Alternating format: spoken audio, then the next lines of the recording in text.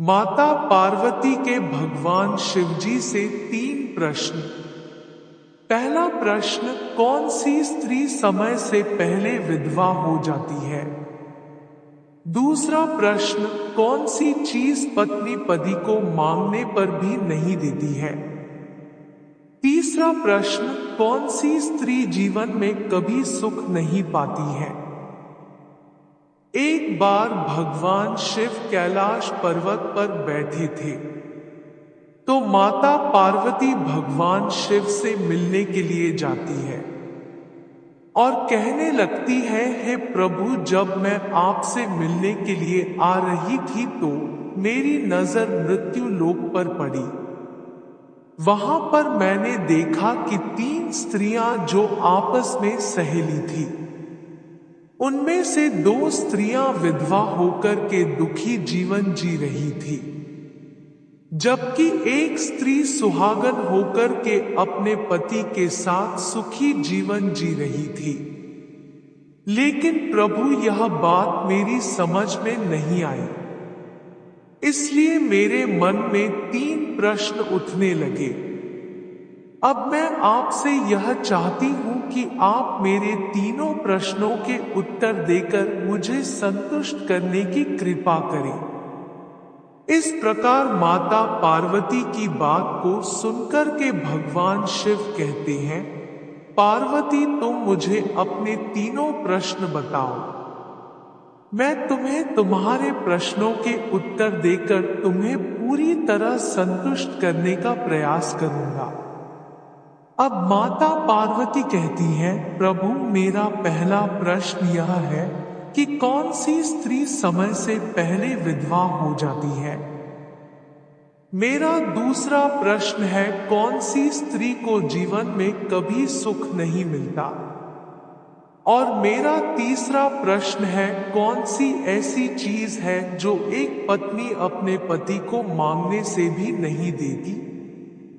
इस प्रकार माता पार्वती के तीनों प्रश्न सुनकर के भगवान शिव कहने लगे, पार्वती, तुम जिन स्त्रियों की बात कर रही हो, उनमें से 2 स्त्रियां विधवा होकर के अपना दुखी जीवन जी रही है, और वहीं पर एक स्त्री स्वाधीन होकर के अपने पति के साथ में अपना सुखी जीवन जी रही है। तुम जानना चाहती हो आखिरकार ऐसा क्यों है? तो मैं तुम्हें एक छोटी सी कहानी सुनाता हूं। इस कहानी को बहुत ही ध्यान से सुनना। आधी अधूरी कहानी सुनने वालों को आधा अधूरा ही ज्ञान प्राप्त होता है, जो जीवन में कभी काम नहीं आता, क्योंकि तुम्हारे तीनों प्रश्नों के उत्तर इस छोटी सी कहानी में समाये हुए हैं। शिव जी कहते हैं, देवी, इस कहानी को यदि तुमने ध्यान से सुना तो तुम्हारे तीनों प्रश्नों के उत्तर तुम्हें अवश्य मिलेंगे और तुम्हें संतुष्टि प्राप्त होगी। शिव जी की बात सुनकर माता पार्वती कहती है, प्रभु, मैं आपकी बात से सहमत हूं, आप कहानी शुरू करिए, मैं कहानी को पूरे मन से सुनूंगी, और जब तक आप कहानी सुनाएंगे तब तक मेरा मन किसी दूसरे स्थान पर नहीं जाएगा। शिव जी बोले, पार्वती, सबसे पहले मैं तुम्हें उस स्त्री की कहानी सुनाता हूं जो सुहागन बनकर के सुखी जीवन जी रही है। शिव जी बोले, जिस सुहागन स्त्री की तुम बात कर रही हो, वह सुहागन स्त्री एक राजा के नौकर की पत्नी है, और जिस नौकर की वह पत्नी है, उस नौकर को अपनी पत्नी पर पूरा विश्वास और भरोसा है कि वह अर्थात उसकी पत्नी पतिव्रता है, जिसकी चर्चा वह अपने साथियों में बार बार करता है। अब देखो, एक दिन की बात है, उस राजा के नौकर ने अपनी पत्नी की प्रशंसा इतनी की कि बात धीरे धीरे फैलते हुए राज दरबार तक पहुंच गई। फिर उस राजा ने अपने नौकर को बुलाया और उस नौकर से कहा कि तुम हर किसी से अपनी पत्नी की प्रशंसा करते रहते हो कि तुम्हारी पत्नी पतिव्रता है। क्या वास्तव में तुम्हारी पत्नी पतिव्रता है? क्या तुम्हें पूर्ण विश्वास है? भगवान शिव कहते हैं, पार्वती इस प्रकार राजा की बात सुनकर के नौकर कहने लगा, महाराज, मुझे पूरा विश्वास है कि मेरी पत्नी पूरी तरह पतिव्रता है। अब इस समय पर राजा का महामंत्री कहने लगता है, यदि मैं तुम्हारी पत्नी का पतिव्रत धर्म खंडित कर दूं तो तुझे क्या सजा मिलनी चाहिए? तो नौकर ने कहा, यदि तुम मेरी पत्नी का पतिव्रत धर्म खंडित कर देते हो तो महाराज मुझे फांसी लगा देना। अब वह फिर से कहता है, महाराज, यह मेरी पत्नी का पतिव्रत धर्म खंडित नहीं कर पाए तो इनको सजा क्या मिलनी चाहिए? तो राजा ने कहा, मंत्री को भी फांसी की सजा दी जाएगी। भगवान शिव कहते हैं, पार्वती इस प्रकार मंत्री ने स्वीकार कर लिया और नौकर से पूछा कि क्या वस्तु लाऊं जिससे तुम मान लोगे कि मैं तुम्हारी पत्नी का धर्म खंडित करने में सफल हुआ? तो नौकर ने कहा, मंत्री, यदि तुम मेरे घर से जाकर के मेरे विवाह के समय पर मुझे एक पटका मिला था और एक कटार मिली थी जो दूल्हे को देते हैं, उसे मेरी पत्नी बहुत ही संभाल के रखी है, जो सुहाग की निशानी मानी जाती है। यदि पटका और कटार लाकर तुम मुझे दिखा दो तो मैं मान जाऊंगा कि मेरी पत्नी का धर्म तुमने पूरी तरह नष्ट कर दिया है। अब भगवान शिव कहते हैं, पार्वती शर्त स्वीकार हो जाने के बाद में वह मंत्री शहर में जाता है और एक दूती से जाकर मिलता है। वह दूती मजदूरी का काम करती थी और जो काम कोई नहीं करता था उस काम को करने में वह सक्षम थी। फिर इस प्रकार उस मंत्री ने उस दूती को अपने स्वार्थ के लिए बुलाया और दूती से कहा, देखो, इस नाम का एक व्यक्ति है, उससे मेरी शर्त लगी है। और फिर उसने उस शर्त के बारे में उस दूती को सब कुछ बता दिया। फिर वह उस दूती से कहने लगा कि तू कैसे भी करके उस स्त्री से मेरा संपर्क करवा दे, तुझे जितना धन चाहिए मैं उतना धन दूंगा। भगवान शिव कहते हैं, पार्वती इस प्रकार मंत्री की बात सुनकर के दूती कहने लगी, भाई, तुम उस औरत के बारे में बात मत कर, वह औरत पूरी तरह से पतिव्रता है, वह तेरी ओर देखेगी भी नहीं, तेरी शक्ल भी नहीं देखेगी और उसके परिवार वाले भी खूंखार हैं, तेरी खाल उतार लेंगे।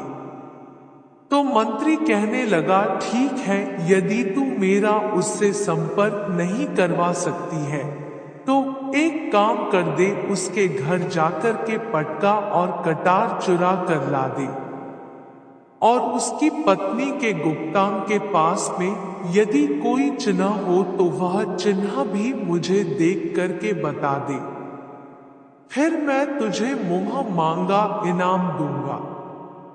भगवान शिव कहते हैं, पार्वती यह बात दूती की समझ में आ गई। उसने कहा, ठीक है, मैं तुम्हारा काम अवश्य करूंगी। नौकर शहर में रहता था। दूती आती है और उसकी पत्नी से जाकर बोलती है, बेटी, मैं तेरे पति की बुआ हूं, मैं कई वर्षों के बाद आई हूं।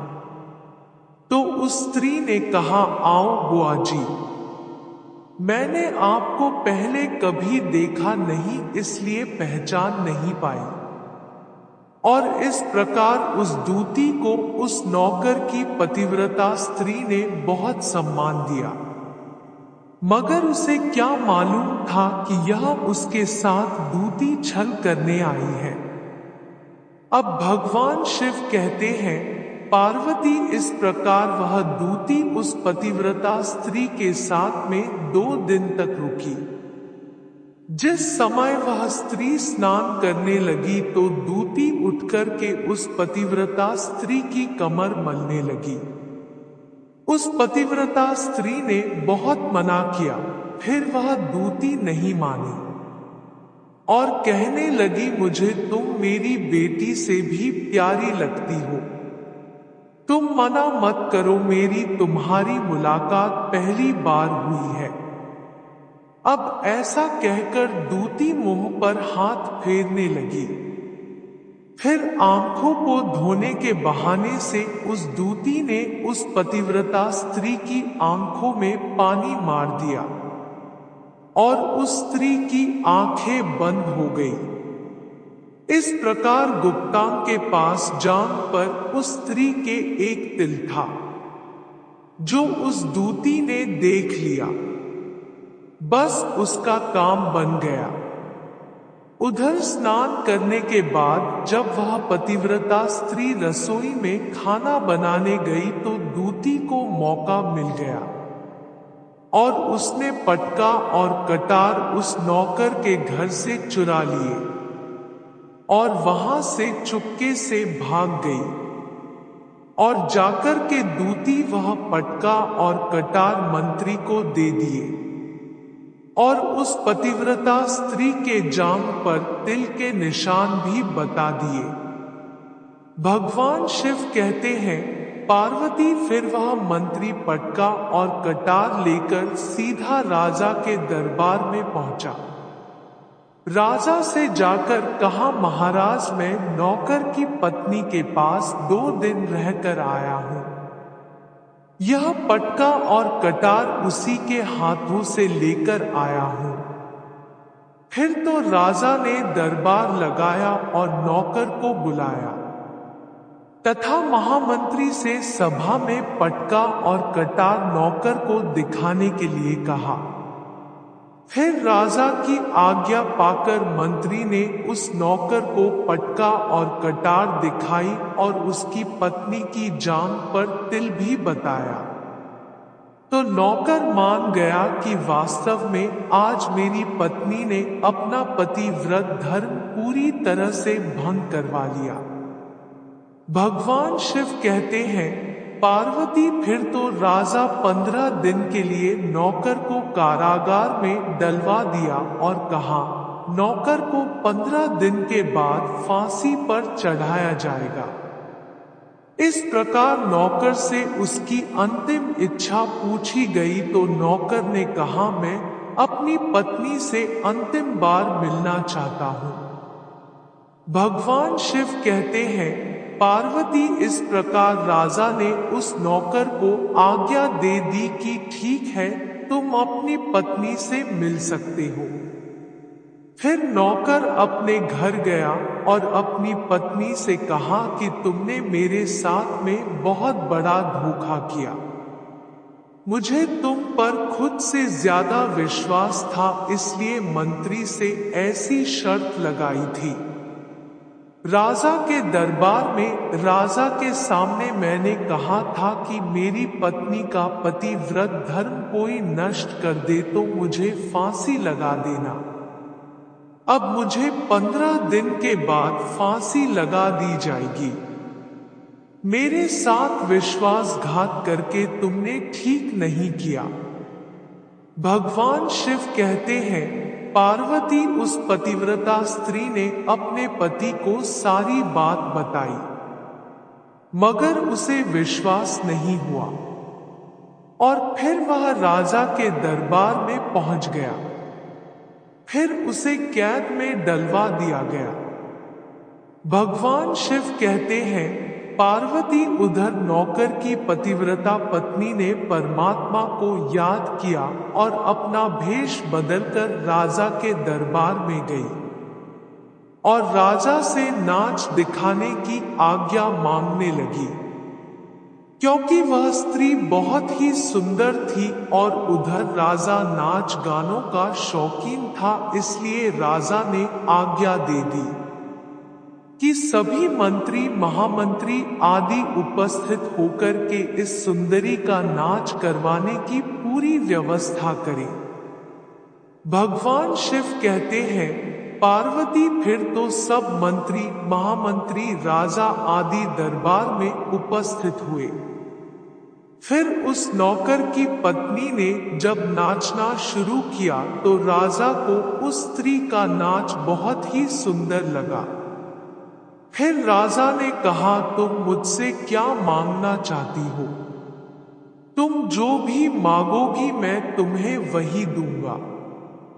भगवान शिव कहते हैं, पार्वती फिर उस नौकर की पतिव्रता स्त्री ने कहा, महाराज आपकी सभा में मेरा चोर है, जिसने मेरे रुपए लिए थे मगर आज तक वापस नहीं दिए, उसे फांसी की सजा दे दीजिए। अब राजा ने कहा, ठीक है, बताओ मेरे दरबार में तुम्हारा चोर कौन है, उसका नाम क्या है, मैं उसको फांसी की सजा अवश्य दूंगा। भगवान शिव कहते हैं, पार्वती फिर उस नौकर की पतिव्रता स्त्री ने कहा, महाराज आपका मंत्री मेरा चोर है, आप इसको फांसी की सजा दे दीजिए। अब उधर जैसे ही मंत्री ने सुना कि यह सुंदरी मुझे अपना चोर बता रही है, तो मंत्री कहने लगा कि महाराज मैं कसम खाकर कहता हूं कि मैंने इसका कभी कुछ नहीं चुराया, मैंने इसको आज तक कभी देखा ही नहीं, तो मैं इसकी चोरी कैसे कर सकता हूं? मैं आज पहली बार इसको देख रहा हूं। अब भगवान शिव कहते हैं, पार्वती जैसे ही मंत्री ने कहा कि मैं इस सुंदरी की शक्ल आज तक नहीं देखी है, तो वह सुंदरी कहने लगी कि महाराज यदि यह मंत्री मुझे जानता नहीं है तो आप इससे यह पूछिए कि यह मेरा पटका और कटार कहां से लाया था। मैं उस नौकर की पत्नी हूं जो आपके यहां नौकरी करता है, और आप मेरे निर्दोष पति को फांसी पर चढ़ाने वाले हैं। अब मैं आपको पूरी कहानी सुनाती हूं। यह जो आपका मंत्री है, इसने मेरे पास में अपनी एक दूती को भेजकर मेरी जान के तिल का पता लगाया, और उसने ही यह पटका और कटार चुरा करके इसको लाकर दे दी। और आपके मंत्री के द्वारा भेजी गई दूती जब मेरे घर पर आई थी तो उसने मुझसे कहा कि वह मेरे पति की बुआ है।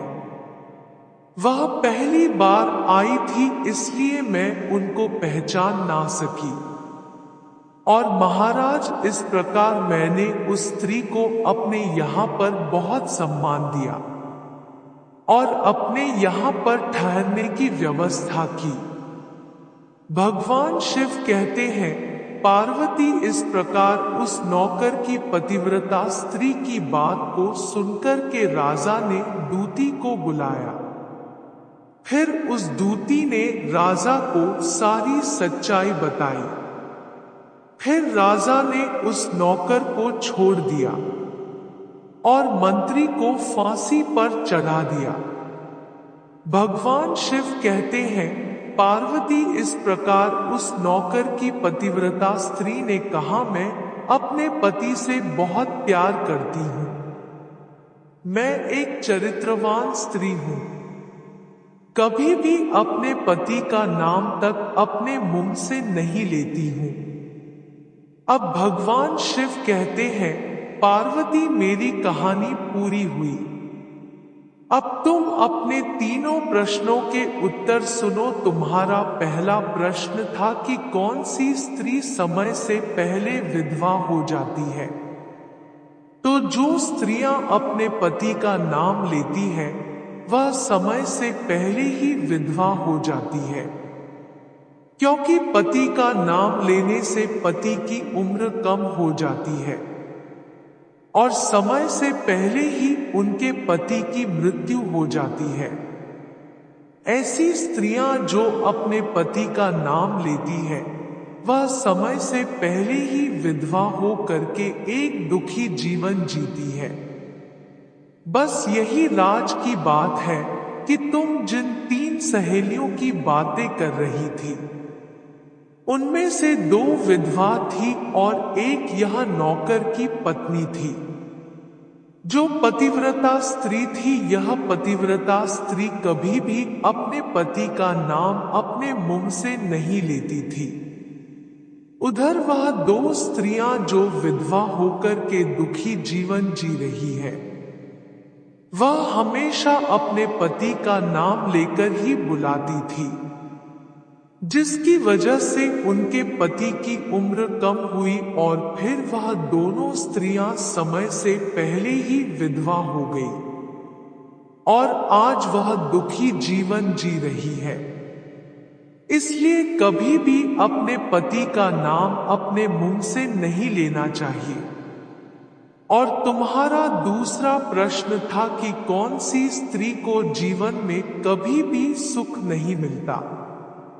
तो समझ लो, जो स्त्रियां अपने पति के अनुमति के बिना किसी तीर्थ स्थान या उत्सव पर जाती है, उनके जीवन में कभी सुख नहीं आता। ऐसी स्त्रियां जीवन में दुखी रहती है और उन्हें पति का कभी प्रेम नहीं मिलता।